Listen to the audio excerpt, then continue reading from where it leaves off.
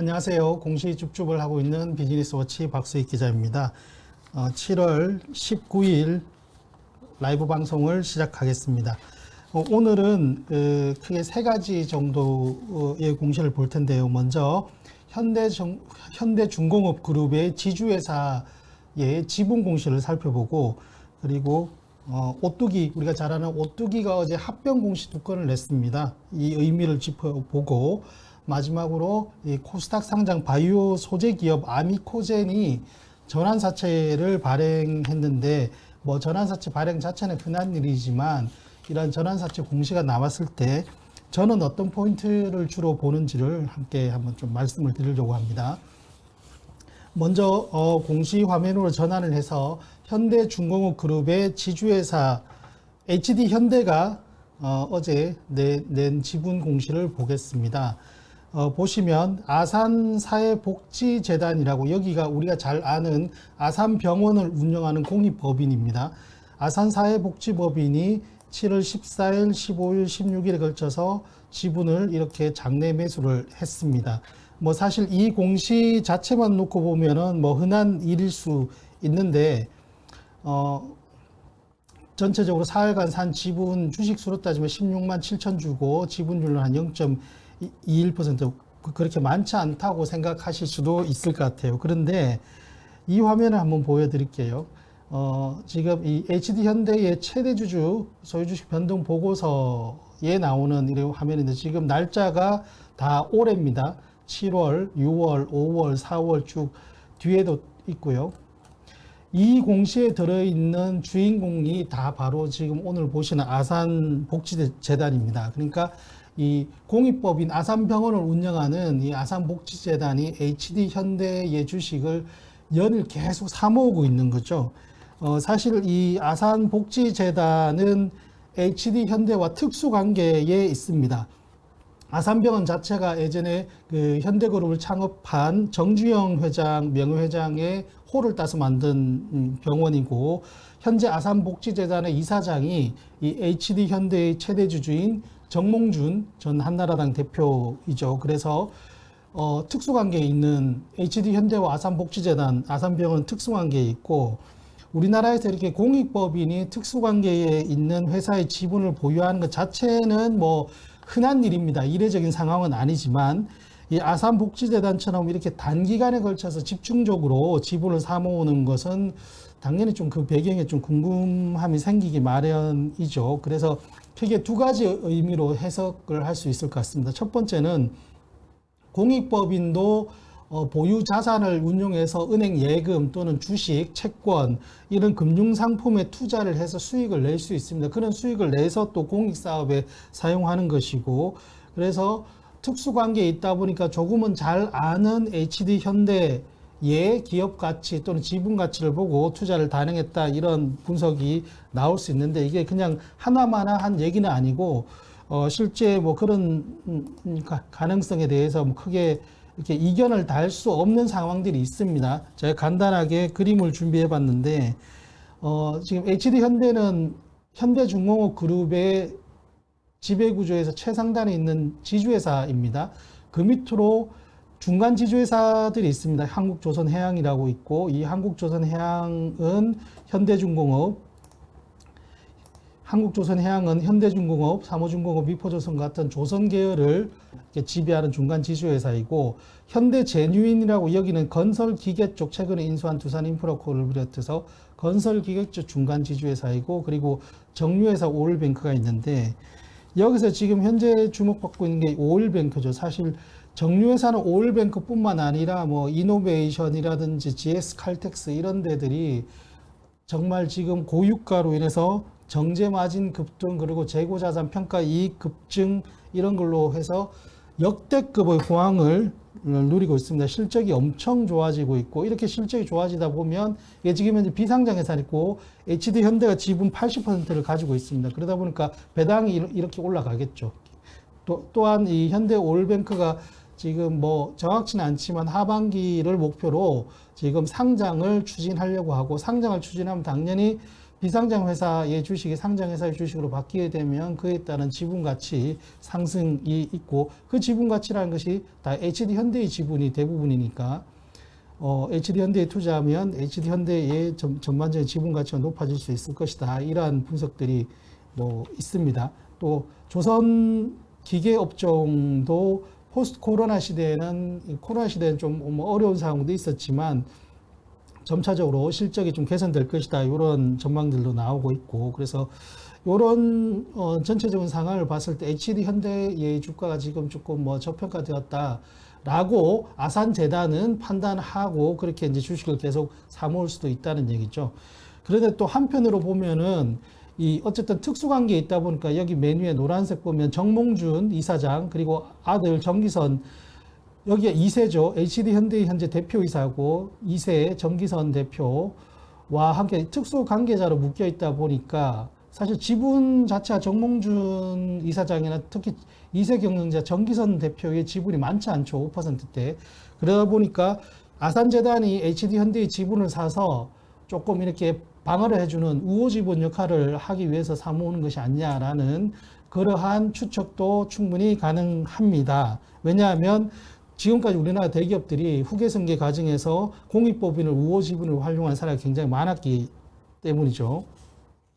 다만 여기에는 조금 과거와 달리 해석을 좀 달리 해야 될 여지가 있습니다. 지금 보시는 화면은 2020년 12월에 국회 본회의를 통과한 공정거래법 개정안 내용인데요. 상호 출자 제한 기업 집단, 이거는 이제 자산 총액 10조 원 이상의 소위 대기업 중에 대기업을 뜻하는데 HD 현대, 즉 현대중공업그룹도 들어있고요. 상호출자 제한기업 집단 소속의 공익법인이 가지고 있는 국내 계열회사 주식, 즉 아산복지재단이 가지고 있는 HD 현대 주식과 같은 주식은 의결권이 원칙적으로 금지됩니다. 안 됩니다. 의결권이. 이게 바뀐 거예요. 2020년 12월부터. 그래서 이렇게 한 이유가 공익법인이 총실과의 지배력 확대 수단을 이용되는 것을 방지, 즉 아산재단이 HD 현대 지분을 사모음으로 해서 현대중공업의 2세 경영자 정기선 대표의 지배력을 도와주는 그런 수단으로 사용하지 말라라는 뜻이죠.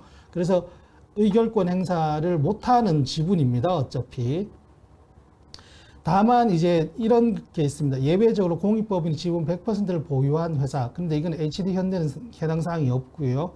또는 상장 계열회사의 중요한 안건, 여기서 중요한 안건에서 또 중요한 안건은 임원 임명인데, 왜냐하면은 후계 승계를 하고 경영을 하려면 그 회사의 임원이 일단 돼야 되고, 임원이 됐더라도 또 연임이 돼야 되니까 임원 임명이 되게 중요한 안건입니다. 이러한 안건에 대해서는 특수관계인과 합해서 한 15% 한도 내에서는 공익법인의 의결권을 행사할 수 있도록 예외적으로 허용을 해줍니다. 왜냐하면 적대적 인수합병에는 어떻게 적대적 인수합병이 생겼을 때는 좀 방어를 할 수 있도록 도와줘야 되지 않느냐라는 어떤 절충점이 생긴 거죠. 그런데 중요한 것은 특수관계인과 합산해서 15%. 그러니까 공익법인 말고 다른 특수관계인 HD 현대로 따지면 정몽준 이사장, 정기선 대표 등과 다 합산해서 15%의 한도 내에서 의결권을 행사해야 되니까 아까 보신 대로 이미 정몽준 이사장, 정기선 대표의 지분이 15%가 넘습니다.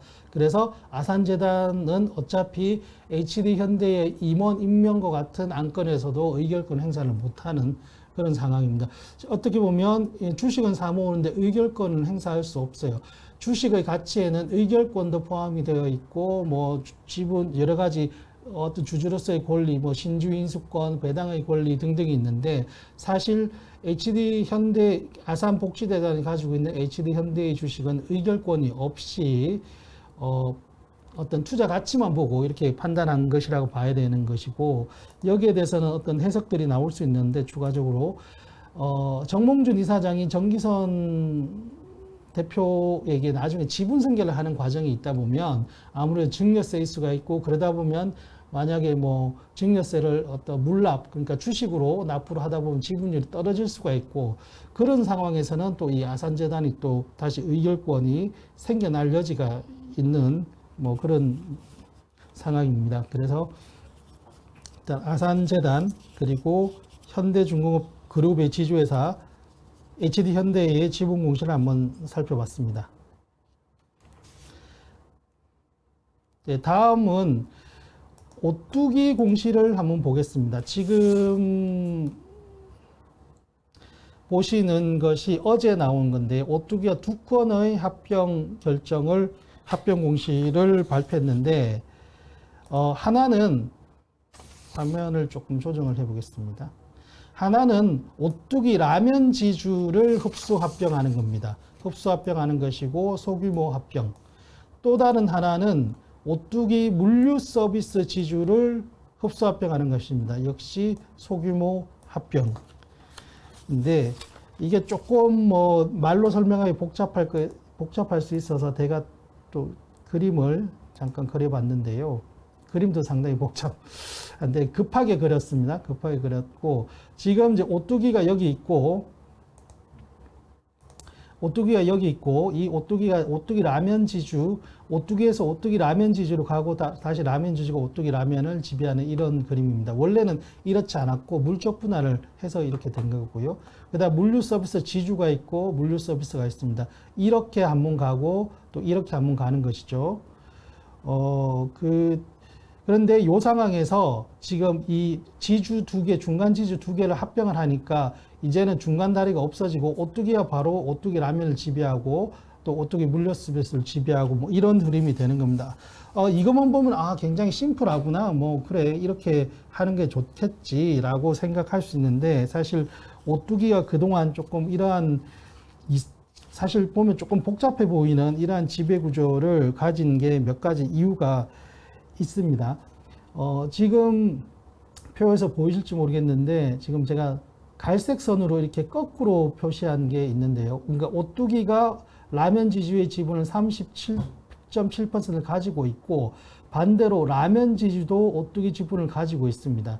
이건 좀 이상하죠. 이걸 이제 상호 출자라고 하는데 아까 그 HD 현대가 상호 출자 제한 집단이라고 말씀드렸는데 HD 현대는 대기업이기 때문에 상호 출자 자체가 허용이 안 되는 상호 출자 제한 집단이고 오뚜기는 그런 대기업은 아니기 때문에 상호 출자 제한 집단은 아닙니다. 따라서 상호 출자가 가능은 합니다. 가능은 한데 지금 그래서 오뚜기가 라면 지주 지분을 가지고 있고 라면 지주도 오뚜기 지분을 가지고 있는 서로 이렇게 크로스되어 있는 것이죠. 근데 이렇게 되면은 이게 내 돈이 네 돈이냐, 네 돈이 내 돈이냐 헷갈린 상황이 생기죠. 서로 돈을 지분을 주고받는 거니까. 그래서 이때는 상법에 따라서 제가 상법 조항을 정확하게 기억 못하겠는데 369조 정도 될 텐데요. 한쪽의 의결권이 없어집니다. 그러니까 한쪽이 오뚜기가 라면 지주의 지분을 10% 이상 가지고 있으면 반대편의 지분에 대한 의결권은 사라집니다. 그러니까 라면 지주가 가진 오뚜기 지분 또는 물류 서비스 지주가 가진 오뚜기 지분은 이게 보통주, 그러니까 의결권이 있는 보통주이지만 의결권이 없습니다. 상법상. 이상한 거죠. 이거는 사실 뭔가의 어떤 지배 구조를 간신히 떠받치기 위해서 가지고 있었던 뭐 그런 그림인 거예요. 바람직한 지배 구조가 전혀 아니었죠. 이렇게 상호 출자가 생기고 난 배경이 뭐였냐면 우리가 잘 아는 오뚜기 하명준 회장 하명준 회장이 과거에 이제 상속 지분이 많았는데 거기에 따른 상속세를 내려다 보니까 돈이 없어요. 그래서 본인이 가지고 있던 이 오뚜기 지분 중 일부를 이렇게 라면 지주에게 넘기고 그 돈으로 그 상속세를 납부를 하는 뭐 그런 그림들이 있었던 거죠. 그래서 이런 이상한 상호 출자 구조가 생겼고 이제 합병을 하고 나면은 중간 단계가 없어지기 때문에 상호 출자가 있었던 이 지분은 오뚜기의 자사주로 다 이제 흡수가 됩니다. 그래서 이렇게 이번 합병을 다시 좀 보면은 일단 상호 출자 관계를 없앰으로 해서 지배 구조를 좀 단순화하는 게 있고 또 하나는 이 하명준 회장이 직접 오뚜기 라면 지주를 가지고 있는 지분이 있습니다. 이렇게 지분을 가지고 있다 보면 아무래도 사업적인 관계에서 서로 어떤 원재료나 뭐 제품들을 매입해주고 하는 그런 내부 거래가 있을 수 있고 이런 것들이 일감몰아적인 논란으로 계속 지적이 되어 왔습니다. 왜냐하면 총수일가가 직접 지분을 오너가 가지고 있다 보니까 또는 간접적으로 가지고 있더라도 그런데 이러한 그 일가무라적인 논란이 있었는데 이 역시도 이제 합병을 하고 나면은 이 함영준 회장이 라면지주의 지분을 더 이상 안 가지게 되고 라면지주의 지분은 없어지는 대신 오뚜기로부터 합병 신주를 받게 됩니다. 그러면 함영준 회장의 오뚜기 주식이 늘어나는 것이죠. 이 고리는 끊어지게 되고 그렇게 되면서 이 고리가 끊어지면서 일감무라적인 논란이 조금 해소가 되고 또 이 갈색선이 자사주로 바뀌면서 끊어지면서 상호 출자가 없어지고 뭐 이러한 흐름이 앞으로 나타날 수 있고요.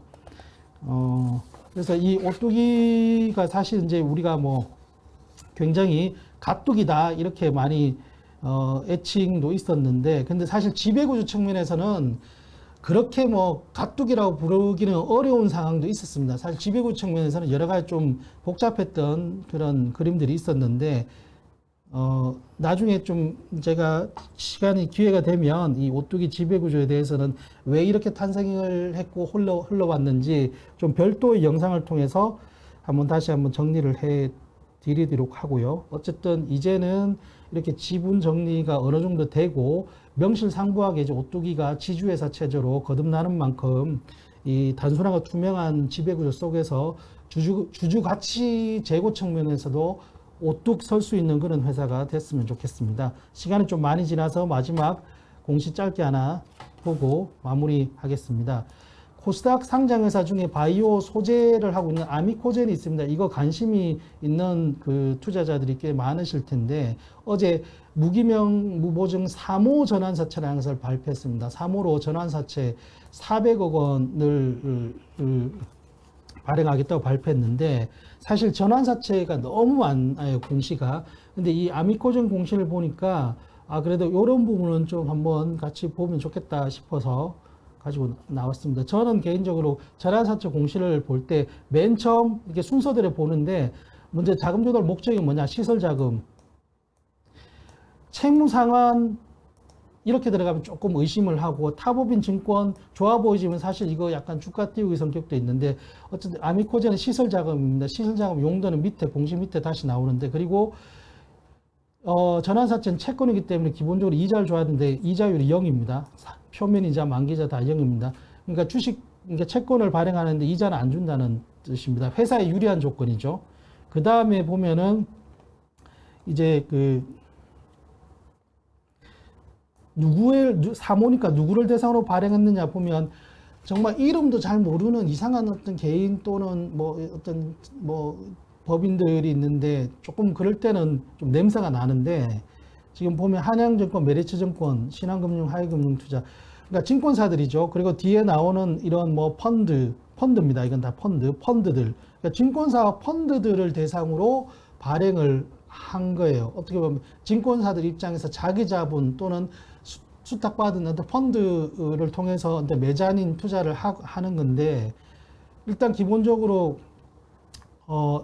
이 아미코젠은 전환사채 채권인데 이자를 주지 않고 그리고 전환사채로 발행하는 자금 조달의 목적이 어디 빚 갚는 데 쓴다든지 쓸데없는 데 쓰는 것이 아니라 시설 자금 투자를 위해서 쓰고 회사의 어떤 좀 가치를 높이기 위해 쓰는 것이고 그리고 이 전환사채를 투자해도 괜찮겠다라고 생각하는 투자자들이 증권사와 펀드라는 것이죠. 나름대로 좀 전문성이 검증된 것이고 이자율이 없다는 것이 특히 주목해야 되는데 이자율이 없다는 것은 뭐냐 하면은 그러면 이 증권사들, 이 아미코젠의 전환사채를 사간 증권사들은 채권도 그냥 나중에 오로지 주식이 오를 것이라고 보고 그리고 이 전환사채를 사서 나중에 주식으로 바꾸겠다는 의지입니다. 그래서 주가 상승에 대해서 어쨌든 배팅한 겁니다. 제가 보장을 하는 것이 아니라 이 증권사들이 이제 그렇게 생각을 했다는 겁니다. 그런 측면이 조금 눈에 띕니다. 다만 이제 주의할 점도 있는데 일반 주주들 입장에서는 아미코젠이 지금 전환사채 발행 물량이 제법 됩니다. 이번에 발행한 물량뿐만 아니라 기존에 발행한 물량까지 합치면 여기 보시는 대로 총 발행 주식수 대비 16.9%, 약 17%에 해당하는 전환사채가 발행되었습니다. 그러니까 지금 이제 발행된 전환사채가 모두 주식으로 바뀌면 추가적으로 17%의 신주가 발행된다는 뜻이죠. 그만큼 이론적으로 주가 가치 희석이 있다는 뜻이고, 이런 점도 같이 한번 봐주시면 좋을 것 같습니다. 예, 오늘 공시주픽은 여기까지 하도록 하고요.